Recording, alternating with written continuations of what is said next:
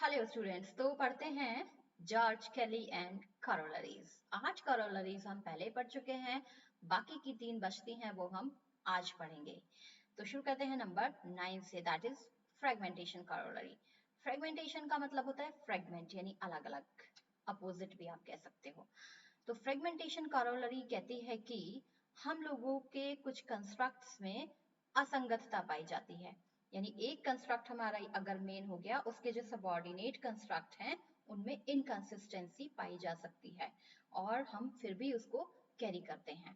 So fragmentation corollary refers that we all are little or bigger inconsistent within ourselves, यानी कि हम अपने आप में ही अपने कंस्ट्रक्ट को लेकर के, सबऑर्डिनेट कंस्ट्रक्ट्स को लेकर के थोड़े या ज्यादा असंगत होते हैं और ये हम सभी के साथ होता है।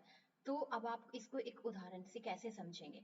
फॉर एग्जाम्पल, यदि आप एक फादर हैं, आप इसको ऐसे समझिए कि हम we are a one person but we are having different roles and many roles. हमारी बहुत सारी भूमिकाएं होती हैं और हर भूमिका की अपनी एक ड्यूटी होती है, अपनी एक जिम्मेदारी होती है। इसीलिए हमारे बहुत सारे रोल्स जो होते हैं वो हमसे अलग अलग परसेप्शन या एक्सपेक्टेशन कर रहे होते हैं, लेकिन उनके बीच में इनकंसिस्टेंसी पाई जा सकती है। जैसे कि आप एक फादर हैं और आप पुलिस में हैं। आपके पास दो चीजें हो गई, आप एक पुलिस अधिकारी हो गए और आप एक फादर भी हैं। बीइंग ए फादर, आपकी ड्यूटी होती है कि आप अपने बच्चों को प्रोटेक्ट करें, एंड बीइंग ए पुलिस अफसर, आपकी जिम्मेदारी होती है कि आप समाज को प्रोटेक्ट करें। अब आप ये सोचिए, मान लिया आपका जो बच्चा है, आपका बेटा है, वो एंटी सोशल एक्टिविटी में आपको इंडल्ज मिलता है। Now what is the duty of the police officer here? अब एक पुलिस ऑफिसर उस बच्चे को, उस बेटे को अरेस्ट कर सकता है या पनिश कर सकता है। तो अभी यहाँ इनकंसिस्टेंसी हो गई।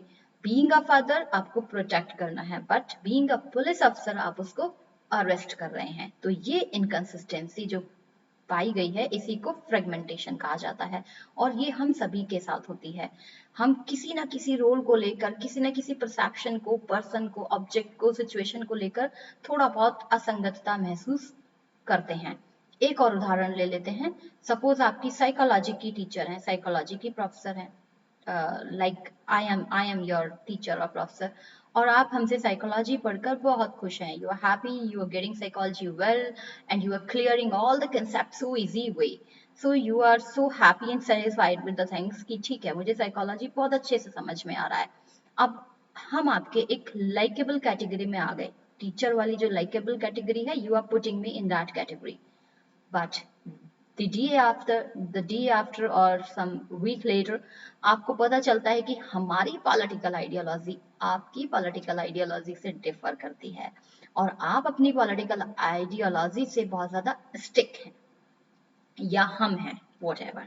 तो अब क्या होगा, हम आपके अनलाइकेबल कैटेगरी में हो गए यहाँ पर। अब आप क्या करेंगे? The one way you are accepting me, the other way you are rejecting me. तो हो गई ना इनकंसिस्टेंसी। एक ही पर्सन को लेकर के उसके लिए जो परसेप्शन है उसमें इनकंसिस्टेंसी हो गई। तो this is called fragmentation category. Next आता है कॉमनैलिटी। कॉमनैलिटी का मतलब होता है समानता, यानी कि हमारे व्यवहारों में समानता पाई जाती है काफी हद तक। It refers that some of our psychological processes are similar to the others. और ये सिमिलर तब हो जाते हैं ज्यादा यदि हमारी कल्चरल बैकग्राउंड मैच करती है, कास्ट मैच करती है, हमारी कास्ट एंड क्रीड, हमारा नेशन मैच करता है, सोसाइटी मैच करती है, या हमारे बिलीफ मैच करते हैं, एटीट्यूड मैच करता है, जेंडर मैच करता है, या फिर बहुत सारे ले सकते हैं फाउंडेशन। यदि हमारे मैच करते हैं तो हमारी जो सिमिलैरिटीज हैं वो ज्यादा हो जाती हैं और हम एक दूसरे को आसानी से एंटिसिपेट या प्रेडिक्ट कर पाते हैं एक दूसरे के नेचर के बारे में। फॉर एग्जाम्पल, आप इंडिया के बाहर हैं, आप किसी नाइजीरियन से मिलते हैं वहां पर और आप इंडियन से मिलते हैं। बीइंग एन इंडियन, आप इंडियन के बारे में, उसके नेचर के बारे में, उसके बिहेवियर के बारे में अच्छे से प्रेडिक्ट कर सकते हैं comparatively as compared to the Nigerian person, because you are not having any idea about Nigerian person.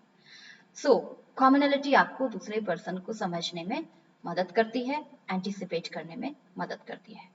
The next one is, and the last one you can say, it is sociality. Sociality refers that we must construe the construct of the other person. यानी कि हमें केवल commonality से काम नहीं चल जाता है, हमें किसी का समान व्यवहार अपने जैसा दिख गया तो उसी से काम नहीं चल जाता है, हमें दूसरे व्यक्ति को समझना पड़ता है, जानना पड़ता है, और वो different creed, different religion, different nation से हो सकता है।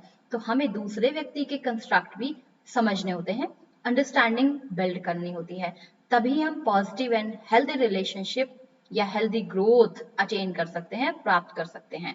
यानी कि आपको फैमिली में अगर हेल्दी रिलेशनशिप डेवलप करने हैं तो आपको दूसरे फैमिली मेंबर्स को समझना पड़ता है कि मेरे इस रिएक्शन का, इस एक्शन का इस पे क्या इफेक्ट पड़ेगा और ये कैसे हमको रिएक्ट करेगा, रिस्पॉन्स करेगा। आप फ्रेंड सर्कल में अच्छा क्रेडिबिलिटी चाहते हैं, हेल्दी रिलेशनशिप चाहते हैं, आपको अपने दोस्तों को समझना पड़ता है। ऐसे ही आप इंटरपर्सनल रिलेशनशिप में अच्छा चाहते हैं, मेरे रिलेशनशिप अच्छे रहें और हेल्दी रहें, लविंग रहें, तो आपको अपने काउंटर पार्ट को, अपने पार्टनर को समझना पड़ता है। उसके लिए understanding, faith and respect develop करना पड़ता है, उसके कंस्ट्रक्ट को जानना पड़ता है। आप ऑफिस में यदि अपने बॉस के साथ अंडरस्टैंडिंग चाहते हैं तो आपको बॉस के कंस्ट्रक्ट, एटीट्यूड, बिलीव, उसके रिएक्शंस, आपके किस एक्शन पे क्या रिएक्शन आएगा, आपको ये समझना पड़ता है। इसको हम इमोशनल इंटेलिजेंस भी कह देते हैं। तो सोशलिटी का मतलब है कि आप जब दूसरों को समझेंगे तभी आप अपनी अच्छी लाइफ, पॉजिटिव ग्रोथ और पॉजिटिव रिलेशनशिप ग्रो कर पाएंगे। So these were the three last corollaries: fragmentation, commonality and sociality. I hope आपको समझ में आ गई होंगी। अभी भी कोई क्वेश्चन बनता है, और क्वेश्चंस तो होने ही चाहिए, आइंस्टीन का फेवरेट वही होता था जो क्वेश्चन करता था। तो यदि आपका अभी क्वेश्चन बनते हैं, so please put in the comment box, I'll be answering you. Thank you so much.